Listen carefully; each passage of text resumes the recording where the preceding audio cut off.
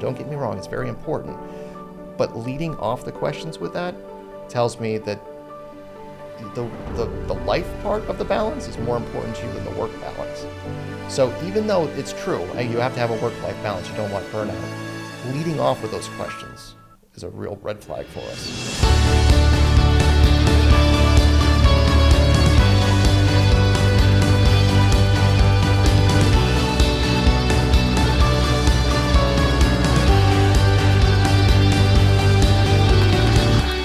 So welcome today. We are so excited to have Matthew Gordon with us. Matthew is the Executive Director of Business Operations at Yale New Haven Health for the Heart and Vascular Center, Medicine Services, Transplant Services, and Radiology Services. He's a physician assistant by training. He conducted his residency at Johns Hopkins, and then he went right into cardiac surgery. He moved up the ranks there in several different leadership positions before Yale scooped him up and hired him to continue his journey at Yale. So welcome. It's so great to have you here with us. Thanks so much, Deb. I really appreciate being here with you and being able to talk to so many people. So thank you for the opportunity. So let's start with your backstory and your journey to becoming a physician assistant. Sure. I'm kind of a traditional PA in the sense that I was a medic in the Army originally. So right out of high school, went into the military. It's a big family thing for us to go to serve. I became a combat medic while I was there, and from there, it was just a natural progression. So as a medic in an infantry unit, I worked for a PA, and that's where I was exposed to PAs, and I knew from that work, that's what I wanted to become. So after I got out of the military, after 4 years, went to college, did an accelerated master's at King's College in Pennsylvania, and that's how I got my start. Well, I don't think that's so traditional, being a medic first in the Army. So thank you for your service, first of all. Thank you. And so did you always know about the physician assistant profession, or what kind of sparked your interest in becoming a PA? Yeah, I actually didn't know anything about it before the military. And once I was in the military, that's where I was exposed to it. And working side by side with the PAs, seeing what they could do, it was just them. It was just the PAs that we dealt with. And so luckily I had some good mentors in the military that were PAs, and that's what really sparked my interest. So after seeing that and being in that situation, there was nothing else I wanted to do. And cardiac surgery, I mean, that really is a very difficult specialty. I know one that folks would love to get into, but I know that's pretty difficult. When did you know you wanted to get into cardiac surgery? So that's an interesting story. I didn't. So when I got out, when I went to PA school, I thought it was going to be emergency medicine, which is typical for a medic. It wasn't until PA school that going through the rotations, I fell in love with surgery. And then it took me in that, I gave up on the emergency medicine. I was like, surgery is what I want to do.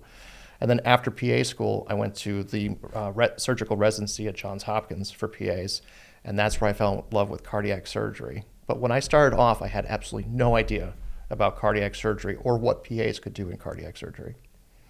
Wow, I love that story. Awesome.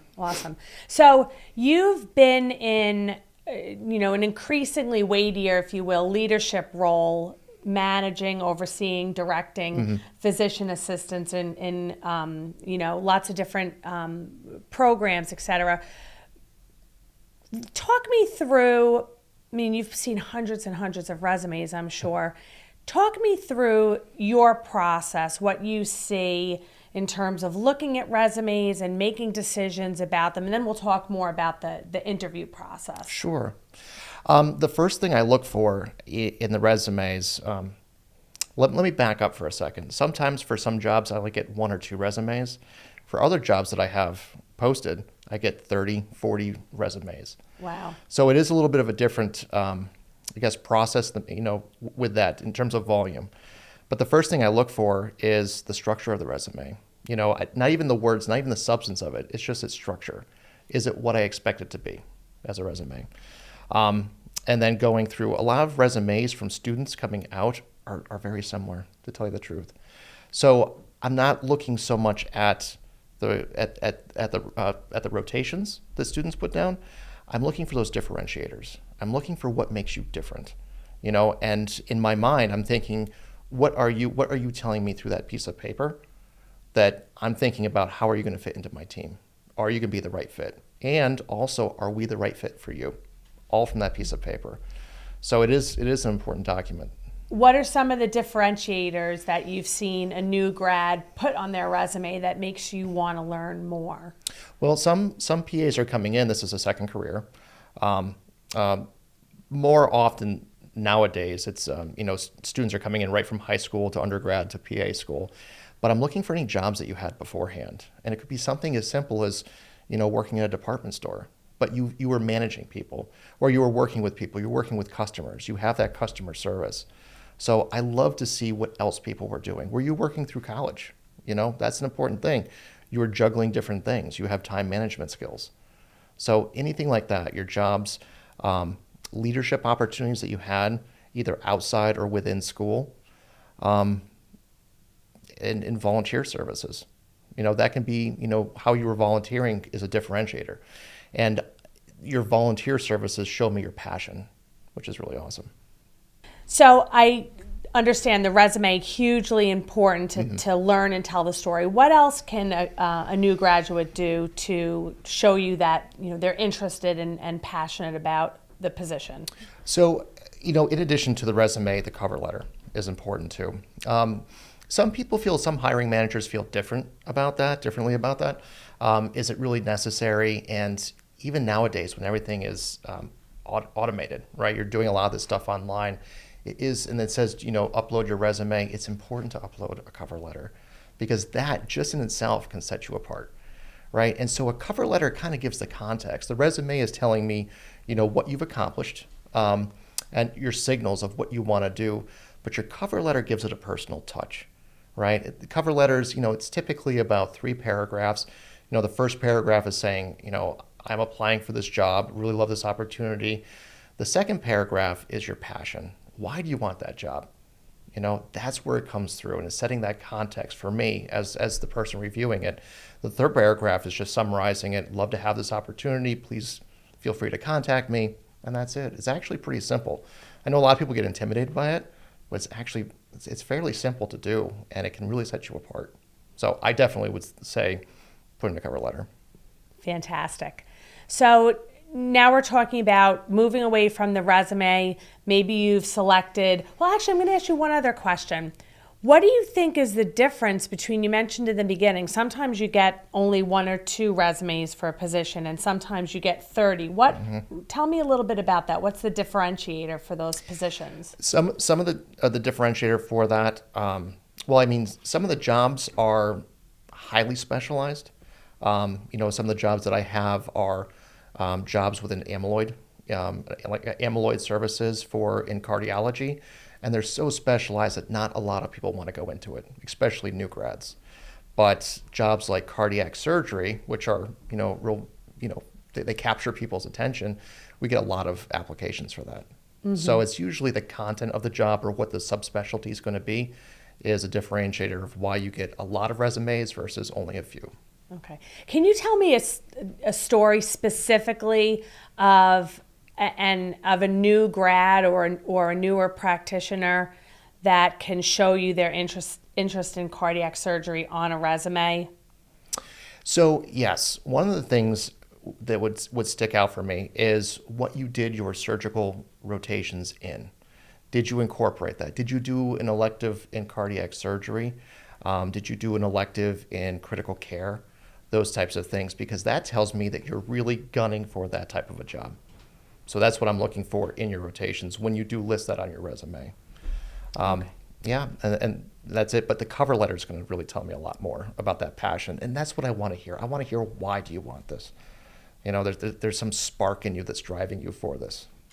The best candidates that we've seen have that passion. Agree.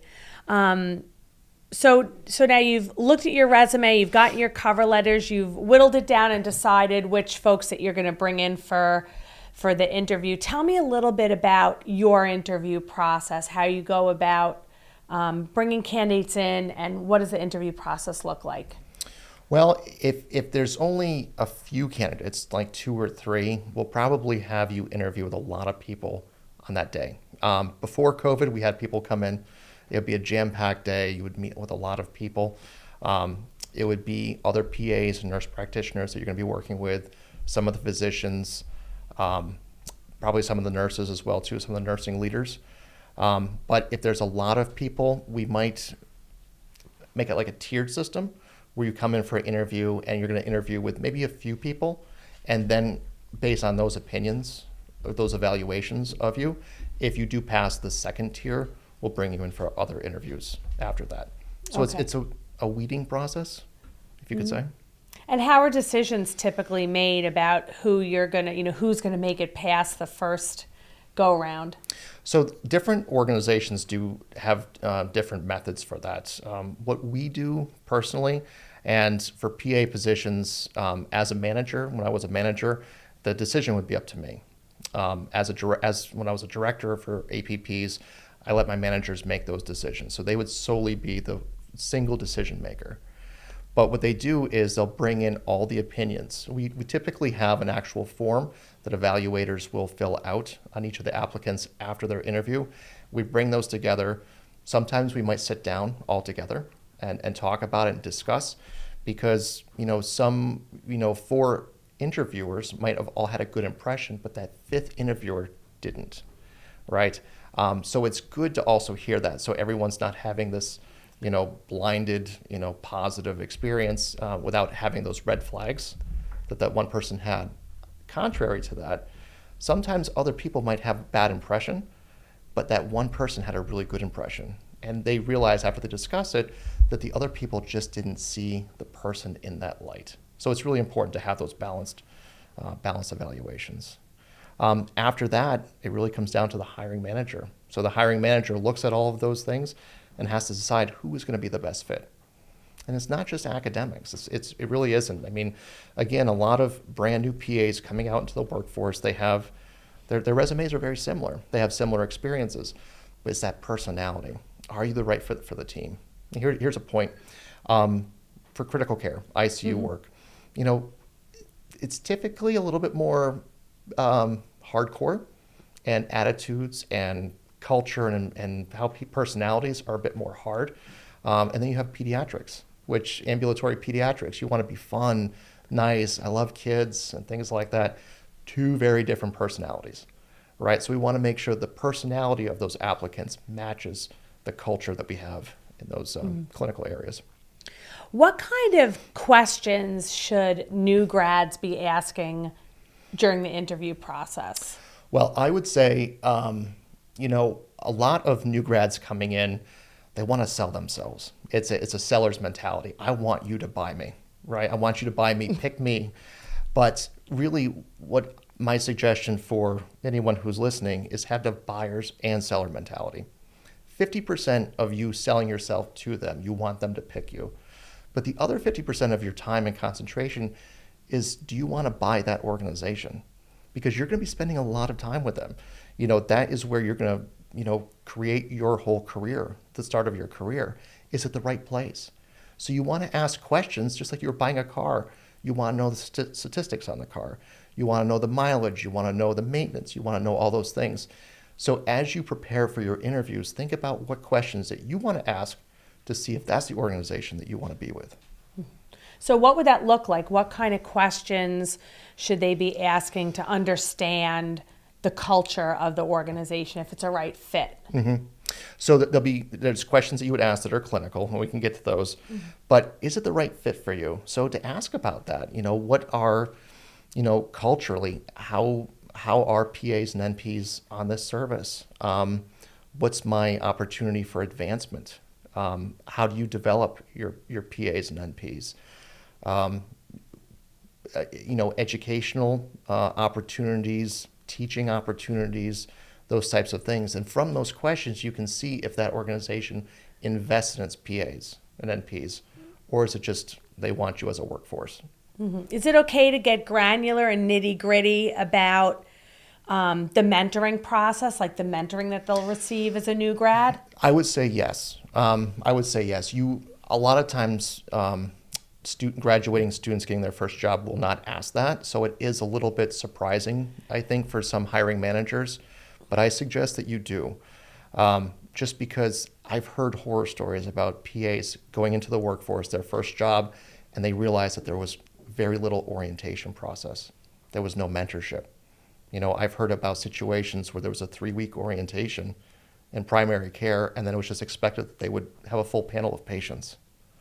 So you need to know those things. You really need to know what's their orientation process, how do they approach new grads, what's the expected time for the orientation, and what's the support mechanism there? How close will your supervising physician be to you so that if you have questions as you grow?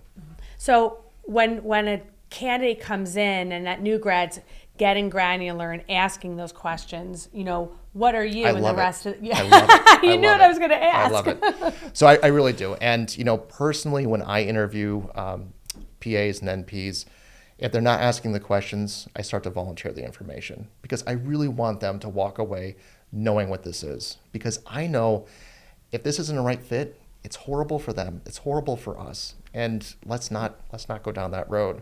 So I want to make sure they know. But not everyone is like that. Not all hiring managers want to make sure that it's a good fit for everybody involved. Mm-hmm. So you really have to ask those questions. But personally, I love it when it's more of a conversation and it's a buyer-seller mentality. And when I go into interviews, I'm expecting I need to sell the job, right? And that's the thing. Nowadays, there's so many jobs for brand new PAs or experienced PAs that all of a sudden I have to be more competitive to get good applicants.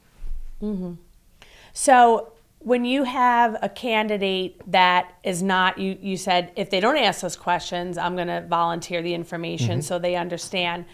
But if they're not asking those questions and they're not kind of leaning in and wanting to know more, does that are you saying to yourself, well, what are you saying to yourself at that point? So for me, it's a bit of a red flag if they're not asking. Because it tells me that they are not really in control of the situation for themselves, that they're not thinking that they are all about just trying to get a job, but not thinking at a higher level if this is a good fit. So for me, if someone's not asking questions about those things, or if they're not just asking questions at all, it starts to make a red flag for me, to tell you the truth. Mm-hmm. Yeah. Understood. So during the interview process, what do you think the toughest question you ask is? Not to put you on the spot. Oh, geez. One of my favorite questions, it's 2 questions. I'll ask somebody, people that like you. Why do they like you? What is it about you that they like? And time and time again, the applicants, will just completely vomit all of this good stuff about themselves. And so I wait. I'm listening, but then I wait and I say, the people that don't like you, why don't they like you? And that usually freezes people up, because and so some people have good self-reflection and they know why. There's something about them. Some people are a little bit too, time oriented, and they're very, stiff about time or performance and things like that. And it can rub people the wrong way. So, they'll reflect on that. But for some people that don't have reflection, or they're so set on, selling themselves to us, they don't know what to say. So it's good for me. I'm not trying to pick on people. I want to see what your self-reflection is, because for me, later on in the orientation process, if you can't reflect on yourself, the good and the bad and the ugly, orientations can be more difficult, especially when you're getting that feedback. So that's the reason why I asked that question. But so I guess that's the only tough question I have. But I like to use behavioral type questions. So instead of saying, what would you do in a situation in the future, some hypothetical situation, I'm going to ask you about a time that you had to deal with something. And I'm looking for a real story. I'm looking for a real reaction from you. And what that tells me is that's how you responded to that situation in the past. It's authentic. It's true. Usually the person has no idea I'm going to ask that question. So the first thing they come up with is actually true. But what it tells me is that's probably how they're going to react in the future. So that's the importance of those behavioral type questions. So big buckets for behavioral questions I'm going to ask is communication, difficult communication that you've had. It could be with a boss, a coworker, a spouse, a friend. I'm going to ask about situations where you failed and how you dealt with that failure. I'm going to ask you questions where you walked into uncertainty and how did you react to uncertainty. You ask about a time where you failed and how you dealt with it. What are you looking for in their answer? Like, what are the things that are going to make you go, okay, this is a person that we could take a risk on? So I would expect for anybody that once you have failed at something, it could be, especially for students coming out, getting their first job, you failed on a test, you failed a program, there's some kind of failure. It's usually academics. I expect that you're going to react. You're going to have a bad reaction in the beginning. All of us, we feel horrible after failure. But what did you do in the days after that? Did you reflect on it, figure out what you did wrong, and then approach it in a different way to become successful? Did it cause you to have drive inside of you to figure it out and to move forward? I love that explanation because I think I'd imagine a lot of students, they're afraid to maybe reveal their vulnerabilities or what they did wrong. But it's not so much about the vulnerability or the example, but what they did after that. What did it cause you to do? Right. I think that's really invaluable advice. Yeah. So you're right. So students typically, or new graduates, will not talk about their vulnerabilities. That's why we incorporate them into questions. So we uncover that rock and get to it. We talked a little bit about red, and you brought it up, red flags. And so I think that's important to uncover and talk about today. So when you have that new grad that's coming through the interview process, what are some of the red flags that come up that make everybody just either pause or just, we need to be a little bit more cautious about this candidate at this point? What are those items? So some of the red flags that we're looking that I see is not asking questions. It tells me that you might not be engaged, that all you're doing in this interview is not authentic, that you're not trying to be in that buying mentality, that you're not being truthful, not asking questions. So that's a big thing for us. It's the signals that you're giving off. It's your body language. Are you really stiff and stoic, or are you being like real giddy and nervous and things like that? That can tell me that you might have a hard time in the culture of the job that you're going into. Other red flags. It could be starting off with your questions about the work-life balance. I see a lot of. So here's the thing, as students, if you're, a student who's just getting out for the first time, you went right from high school to, through college to PA school, a lot of times the hiring managers that you're going to have are older than you, a different generation. And so what is normal in your generation for work-life balance might not be the same for that hiring manager or the person making the decision. So if you start asking questions about work-life balance, which is important, don't get me wrong, it's very important, but leading off the questions with that tells me that the life part of the balance is more important to you than the work balance. So even though it's true, you have to have a work-life balance, you don't want burnout, leading off with those questions is a real red flag for us. So those are probably some of the big buckets of red flags that we have.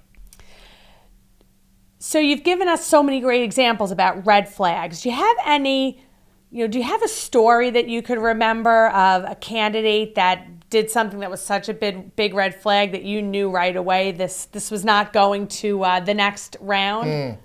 So I've had a couple in the past who the first question now, like I was saying before, was, what's the schedule like? How much, like what days off am I going to get?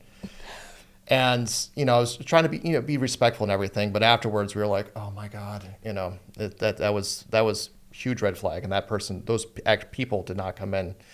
But there was another person who, again, I want to know your passion. I want to know, why do you want this? And it was for a cardiac surgery position, which is, it's a hard job.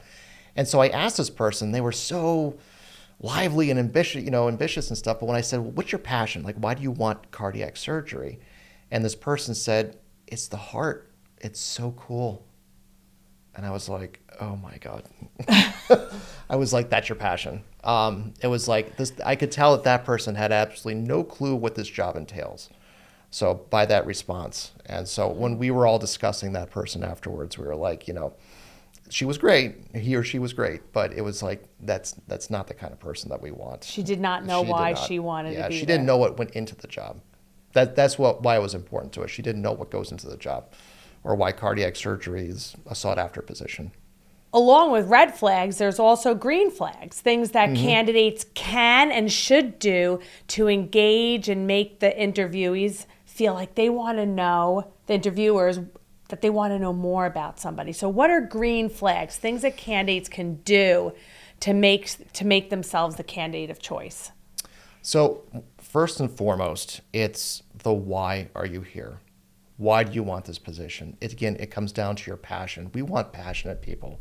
The two institutions that I've worked for as a PA really credit or really look for people that are passionate about their position that they're going into.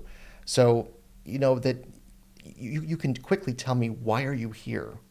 And what's driving you? So for me, that's, you have a good story and you have a good why are you here and why do you want to do this? That's a green flag for me, right? So I want to be able to hear that the patient is at the center of your world, right? A lot of a red flag is when someone's coming into a new job and it's solely about them. It's about their career, it's about their job, it's about their compensation. So for me, that could be a red or a yellow flag, but somebody who wants to serve patients, that is their mission in life. For me, that's a green flag. Because if you have the drive and you have the will to make people better, to help out somebody, to extend or improve their lives, I can work with you. I can teach you. My team can teach you. We can work with that. So that's what I want to hear. I love that as a green flag. So, and then somebody who can have a conversation. The interview isn't, I have to ask a question, they give an answer, and then they just sit there. Somebody who's more fluid, who can ask a question or ask me to follow up, or they want to dig in a little bit further. That conversation, that's somebody I know that I can work side by side with. So again, for me, that's a green flag. All amazing points on both sides of the aisle, the red flags and the green flags. So, all right, so we've selected resumes to bring in. They've gotten through the interview process. We've identified the red flags. Now we come to the offer stage. And I guess the question is to negotiate or not to. That is the question. So what are your thoughts on new graduates negotiating an offer? Negotiate. So the process, at least, looking behind the curtain, where I'm at, is an offer will go out. If you're selected, an offer will go out. Bigger organizations, a lot of times it's not the hiring manager who is making that monetary offer. It's actually from HR. So they outsource, or it's a whole different group. The clinical team doesn't have anything to do with the amount of money or what that offer letter is going to look like. It's HR, so it's a different group. Which brings me up to a little bit of a tangent. So when you start the interview, when you start the application process, if you talk with somebody from HR, make sure you build a good relationship with them right off the bat. A lot of times they get overlooked because you just want to interview with the clinical people, but that first person that you talk to from HR might be the person drafting up your offer letter. So make a good relationship with them. But the offer letter will go out, and HR is going to look at what they would consider a grid or some kind of pay based on your experience, years of experience, new grad versus experienced, and then they're going to come up with a monetary amount, and it's going to go out to you. The offer letter should also have all of the things that are going to be required. Is it going to be 40 hours a week? Is there going to be call, nights and weekends, and things like that? And then it goes out to you, and a lot of times they'll say, you have 5 or 7 days to respond to this, which isn't always true. You have more time, so you should be in control about when you respond to them. But I would say to even graduating students for their first job, make a counteroffer, because even what you'll hear from HR is that this is the best we can do. The first offer is the best that we can do. Most times there's some wiggle room. right? There's some wiggle room. So if you don't make a counter offer, if you don't try to push that up, you could be leaving money on the table, as I say. So how does a new grad even know how much to go above, what yearly salary or hourly rate they're given? What's a benchmark for a new grad to even consider? That is incredibly tough. A lot of PAs, experienced and new, will use things like the AAPA. They have salary guides. NCCPA also has median salaries, average salaries for the area. They also break it down by years of experience. But honestly, the best thing to do is to network. You could talk with your professors in your program. You go on LinkedIn, find people in the area that are doing something similar to you and cold call them and just, develop a relationship, but start to find out what's normal. I've been cold called from people on LinkedIn who aren't from this area, just saying, what do you guys do out in New England? And I'll talk about it. I'll let them know what we've seen. And, I have friends across the country, and I'll let them know what I've seen from my friends' institutions for what to expect for a salary. But, you have to be reasonable, though. If, don't think that you're going to be getting a $180,000 a year job for your first job, right? So you do have to be within reason. So, but that's what I would suggest for research is networking. Can a new grad, and you spoke to this point a little bit earlier, can a new grad maybe negotiate from a standpoint of maybe they had a career prior to becoming a PA, or maybe they had very relevant experience for that particular specialty? Can they use that sort of information to help them negotiate? They can. That can be a differentiator for that. But what I would say is the offers going out for the job that you're going to be performing. So you might bring in other experience into it that could make you better at that. But again, at the end of the day, you're going into a specific job with a specific clinical output, and that's what they're compensating you for. So my suggestion, and when I've helped mentor other students that are, in a similar boat going for their first job, or even experienced people, is during the interviews, find out what problems that organization has. Ask questions during your interview to find out what those problems are, right? That hiring manager, those physicians, everybody has a problem, right? Everybody's got a problem they need help fixing. And if you can find out what that problem is and how you can be even a partial solution for it, it gives you principles later on for the negotiations. So if you made me an offer and I want to counter it, I'm probably not going to be successful to give you make a counter offer just because I want more money. But if I say, Deb, you offered me $100,000 and I really wanted 120, I will come work for you for $120,000. And this is what I can provide because I know you have this problem and I can help you fix it. That's a principle, right? So counters that are based on principles like that, because I can solve one of your problems, can really do a lot to help move that needle up in favor of the applicant. We're talking about compensation negotiating, but what about negotiating, for example, an organization can't do anything on comp. Can you negotiate benefits? Yes. So there are, typically two kinds of negotiation. One is distributive, the back and forth with that, but the other one is integrative, right? So all the other things you can go for. And you can, if you know that organization just can't budge, maybe they came up, but they didn't come up as far as you wanted them to, then to say, okay, ask, it's probably going to be in writing with HR, what else can we talk about? Could PTO or paid time off come into play, your vacation time? Could it be your CME allowance? They might say, we offer $1,500 a year for CME. Can you bump that up? That's all extra compensation. A lot of people don't look at it that way, but it all goes into that big bucket. It could be your parking. It could be your retirement benefits. And you don't know what's possible with that other side of negotiations until you ask. So make sure during the negotiation, during the counter offers, that you're working with somebody, though. You're not adversaries. We're not fighting each other, right? To say, Deb, I really want to make this work. I know you can't come up on the actual salary, but can we work together to see what else we can do to make this offer work for both of us? You know? What might they hear from HR that should give them the indication, like, okay, like I'm like kind of on the border of, maybe going too far. Yes. Where's the line? So that's a good point. That's a good point, because you don't want to go too far. Absolutely, because the offer can just vaporize after that. If you are being a stick in the mud, if you aren't working, you're not being collaborative with that person on HR.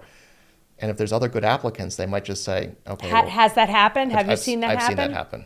I've seen that happen. If that happens on the HR side, how does that come into play with you as a hiring manager who wanted that person on their team? Yeah. So if that came through, typically what's going to happen is that during the countering period, HR is going to update me on what's going on, and if the gap between what the applicant wants and what we can provide is way too far.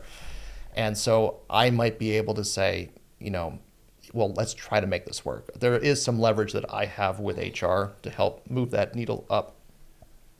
But if the person if the applicant just will not find some middle ground with HR, a lot of times I have to keep working with HR.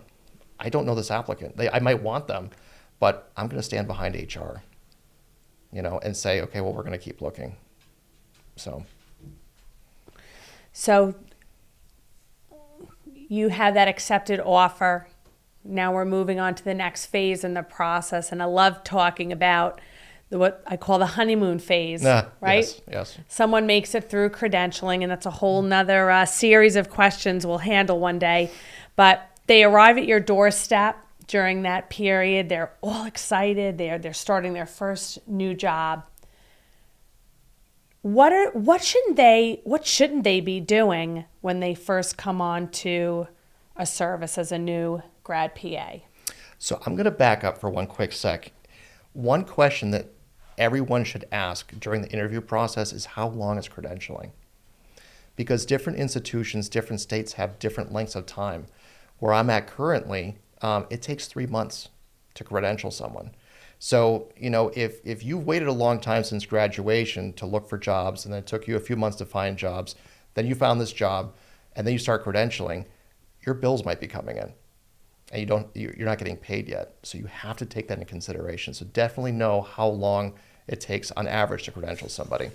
I've seen people get jammed up over that. I think that's a hugely important point to bring up, because it's not only for that first job, but it's also for subsequent jobs. If you make a mistake out the box, which is what we're trying to educate and inform so new graduates aren't making a mistake. But every time you change a job, you have to go through credentialing. Yes. And you depending on the circumstances, you could be out of work several stretches of time for missteps in selecting the right company or organization to work for. And there's benefits, especially when you jump to your next job as a PA. You might have a lot more mouths to feed and a lot more health insurance to cover, and there could be gaps in time. So all things to consider. But going back to the honeymoon period, when you start off your orientation, what not to do is trying to prove something. I've seen new PAs and new NPs start who are trying to orientation is a test. You have to prove yourself. You have to prove your worth, and so they come across they want to be cocky, or I know how to do this. I know how to do this. You don't. So just come in with a growth mindset and learn everything. There's nothing to prove at all. We're going to teach you everything. At least where I work, we're going to teach you everything that you need to know. Sure, you have to have that base education to be there. But we've already gone through that through the interview process and credentialing. We know you have the basic education. We're going to teach you the rest.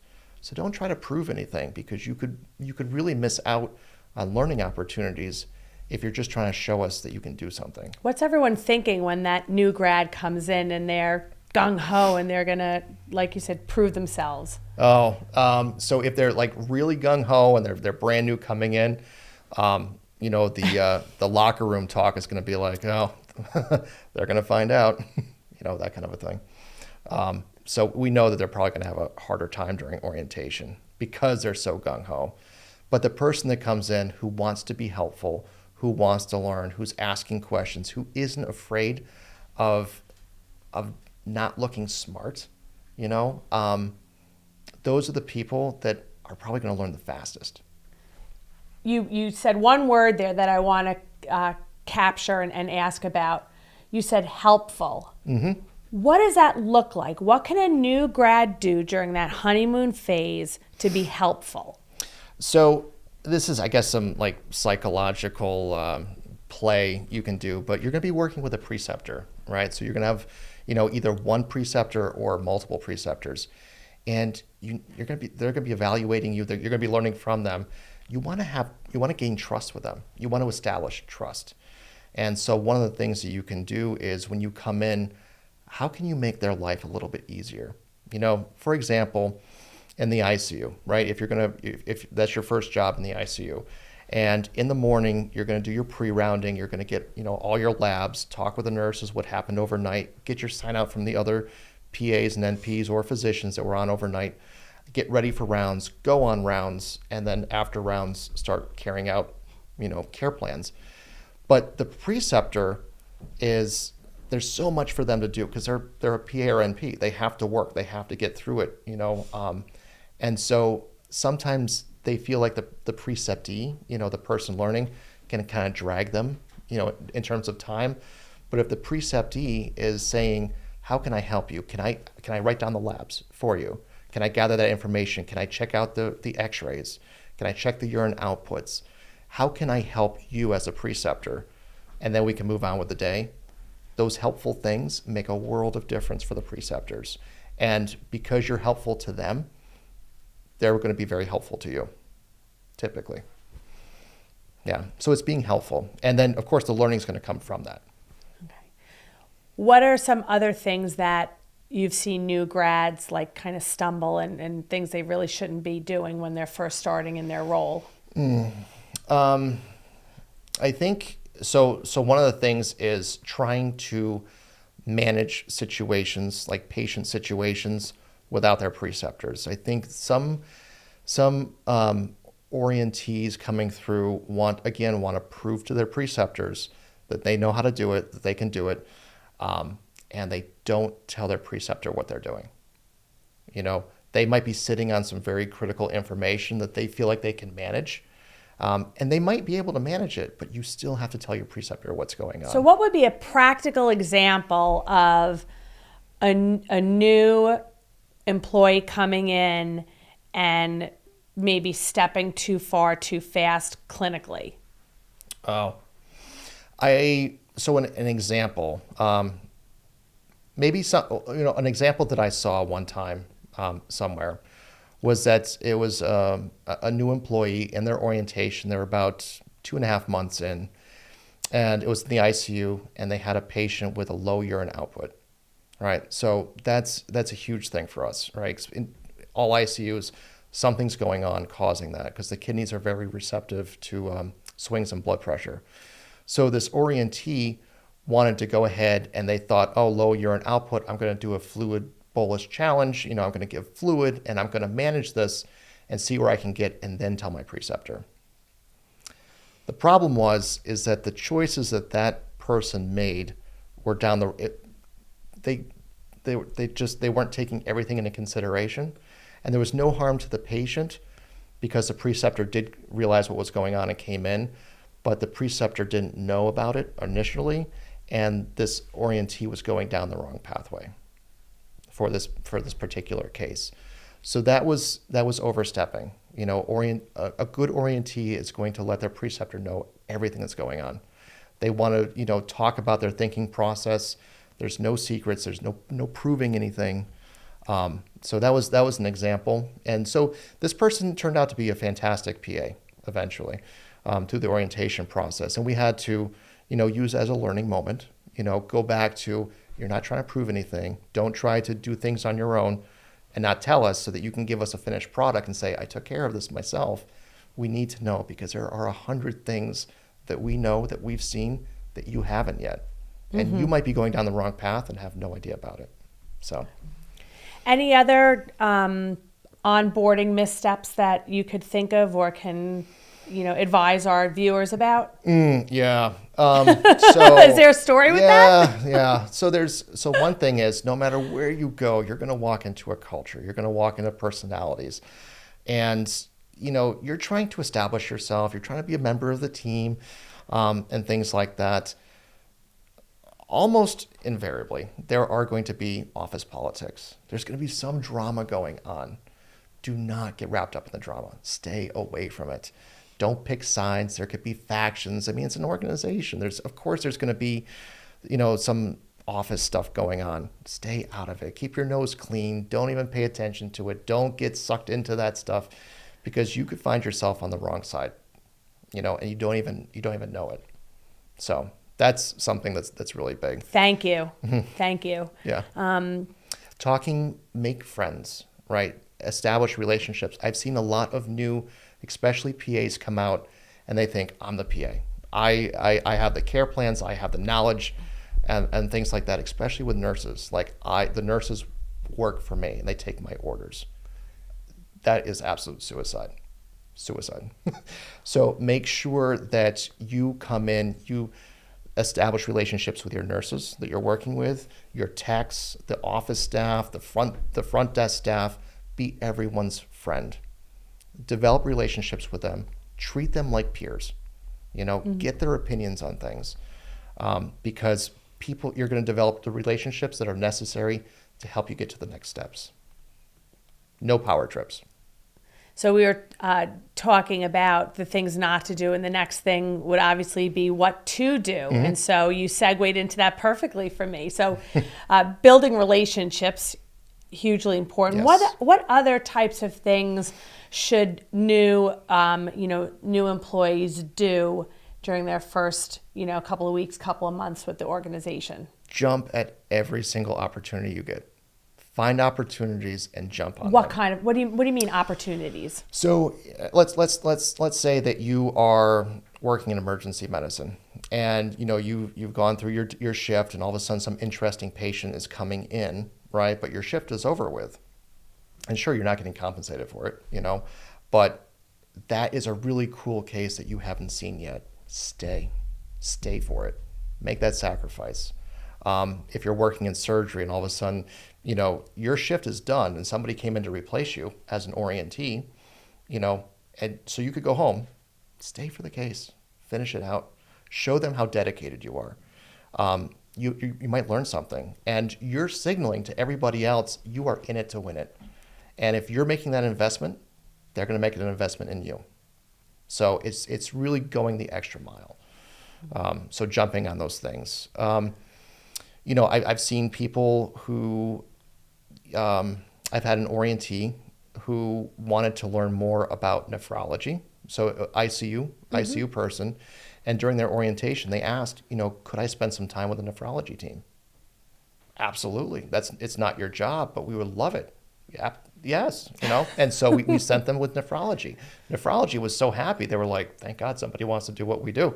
And the education they provided, nephrology was, they made an investment in this orientee, and this orientee got the information they wanted. It was fantastic. So even if the opportunities aren't presented to you, find them, ask for them. Again, ask, work with your preceptor and say, this is what I need. Mm-hmm. So jump on every single opportunity that you have, and if you don't see the opportunity you want, ask for it. Any other little things that a new employee could do that would go a long way with, say, the nurses? So really, I know I've already said it, but work with them as your peers. Everybody in that area, whether you're ambulatory, inpatient, critical care, surgery, everybody is taking care of that patient. Everybody has their own job. Nobody is better than anybody else. Get out of that mindset. Everyone is there in a certain role to take care of that patient. Treat them like that. Talk with them, spend time with them, even outside of that clinical area. Get to know them. Let them get to know you as well too. Again, stay out of the politics, but develop those relationships just like you're making friends.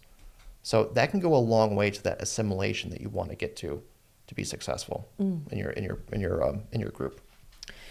I know a little bit ago we were talking about, what not to do. And you told the story of the PA that was going down kind of the wrong clinical decision path, and the preceptor, thank God, stepped in. But invariably, at some point in a new PA's career, they're going to make that mistake, that first mistake.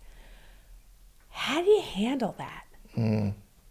So that's a really good question. And unfortunately that, it's inevitable. You are going to make a mistake. I think one of the ways to mitigate making those big mistakes up front is, in situations where you haven't seen something a lot of times, if it makes you pause and think about it, if you're starting to get the hairs in the back of your neck starting to raise, talk to a friend, ask somebody. You're probably going to be working with your supervising physician or other PAs or NPs that have more experienced. Definitely talk to them. But even with that, you will make a mistake. So hopefully it's not egregious, a bad situation. You're going to feel horrible. It's happened to all of us. And you have to go back, and after you get through those initial emotions, to really think about what went on there. How did you get to that mistake? Were you going down the wrong therapeutic pathway? Did you not see something clinically, a vital sign, or there was some signal that you missed? But try to learn from your mistakes, and keep that with you. That will definitely motivate you in the future to go that extra mile, to uncover that one more rock, to see if there was something that you're missing before you make that decision to do something. But yeah, it's a lot of self-reflection and thinking about the situation, and then you have to move on. So that's one thing. Number two, and I hope more and more people hear this, talk about it. Vent. Talk with a friend. Talk with a mentor. Let it off your chest, because there's so many people that burn out in this profession because they hold on to things, not just mistakes, but horrible situations. A lot of us see absolutely horrible things. And so if you bottle those up and you never let them out, it will eat at you. So you have to talk about these things. Talk to somebody, but get it off your chest. Don't go through it alone. So I think that's some great advice about how to handle the mistake. But let's just roll the tape back a little bit and bring our viewers to the point where, okay, clinically you realize that something bad just happened, a mistake just occurred. What are the actions that you take from that moment you realize something's going wrong? Let the world know. Let the people around you know. Get somebody more experienced. When you realize that you have made a mistake, there's a flood of emotions that go through your mind, and it's almost like a kid who's like, nope, I didn't do that. No, don't do that. Let somebody else know. Let your supervising physician know, because what you do in that moment after you realize that you've made a mistake, your first actions are going to be incredibly important after that. So definitely get other people in there to help you with that. But definitely tell somebody and work together as a team. You shouldn't try to fix any mistakes that happened on your own. Get somebody else with you or a team to help you out with that. But you have to disclose that a mistake was made. Yeah.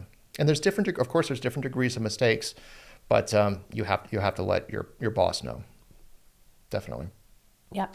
So we're talking about asking lots of questions, but I'm just thinking from the perspective of that new graduate, like, I don't want to seem incompetent. Like, where's the line where asking questions, it just becomes too much? Yeah, that's a really good question. So on one side of the equation, everybody has this imposter syndrome, and they want to prove themselves. They're like, I shouldn't be here, so I have to prove that I can be here. And they don't ask questions. That's one side. We talked about that. The other side is, can you ask too many questions? I would say, yes, if you can ask too many questions, but it's what you're doing with the answers afterwards that makes all the difference.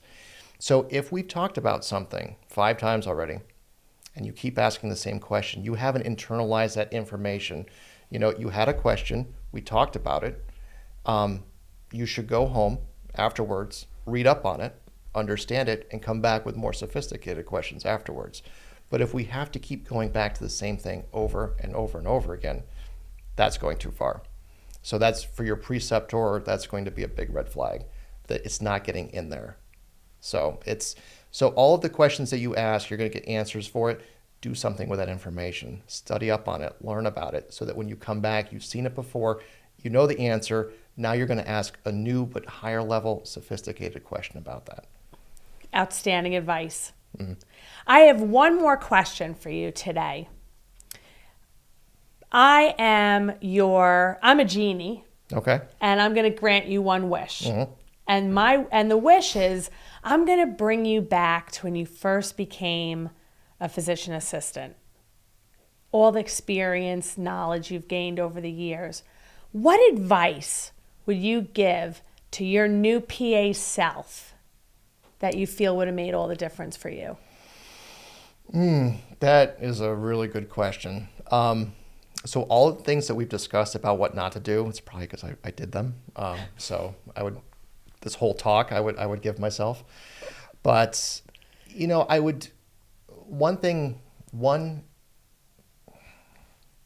I wish I was thinking about the future more when I first started off. I was always thinking about in the moment. It wasn't until later in my career that I started thinking about the long-term goal, where I want to take my career.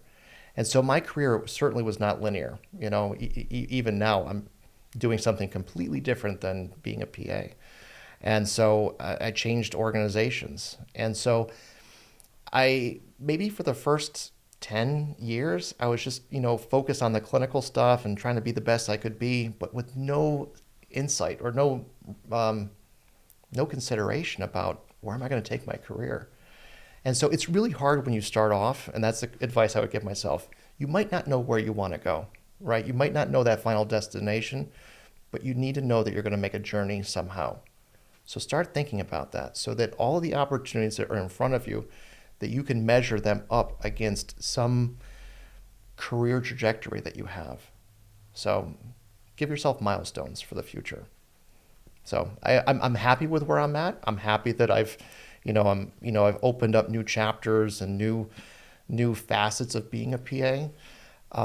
But I think for the first 10 years, I was kind of bumbling around, I would say. I'm happy I did it, and it worked out well, but it might have been a little bit more efficient if I had a thought about where I wanted to go. Wonderful. Well, I just wanted to thank you for being with us today. You've provided a wealth of information and a lot of great insight. So thank you again for coming on with me today. Yeah. Really appreciate it. And thank you for the opportunity. One of my favorite things right now is giving back and trying to help newer PAs and newer NPs start, even experienced people. They're looking to make career changes. So this is a wonderful opportunity to reach more people than just my little sphere. Thank you.